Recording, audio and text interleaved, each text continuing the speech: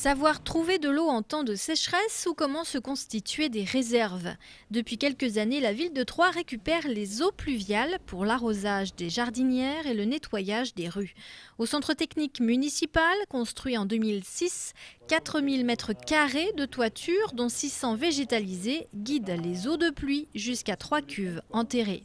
L'eau des toitures, donc de ces 4000 m², est récupérée dans des cuves.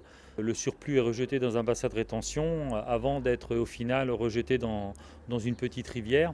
L'objectif, c'était d'éviter d'envoyer trop d'eau d'un seul coup dans cette rivière, puisqu'on est sur un site où on a la présence d'eau en temps normal qui peut être importante. La nappe n'est pas très loin.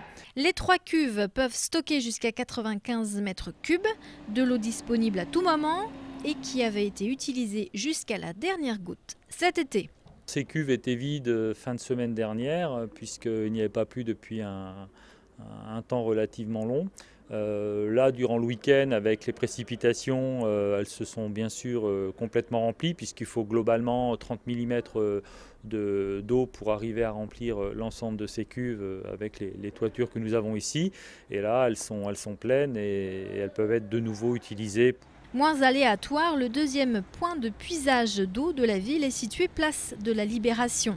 Là, ce sont 22 m3 d'eau en réserve.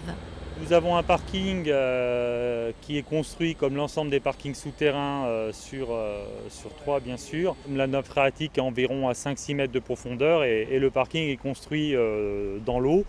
Et pour éviter donc des problèmes structurels sur le parking, nous récoltons l'eau en fond de parking et nous la pompons pour l'évacuer. Donc ce sont des débits qui sont relativement faibles, autour de 8 à 10 m3 par heure. Et avant de l'évacuer donc dans la Seine, on en récupère au maximum dans des réserves pour la réutiliser pour nos propres besoins. La ville de Troyes a pu ainsi économiser de l'argent depuis la construction du centre technique municipal et la construction du parking Libération en 2008.